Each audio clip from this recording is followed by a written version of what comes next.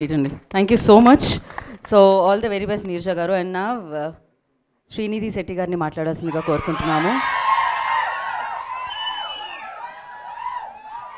అందరికీ నమస్కారం. మీరందరూ మాధ్యమం వాళ్ళు ఇక్కడ వచ్చారు. So thank you so much. ఆయనే అది పర్వాలేదు, అది నేను అలాగే ఇగ్నోర్ చేస్తాను. So thank you so much. So trailer నచ్చిందా మీ అందరికీ? Thank you so much.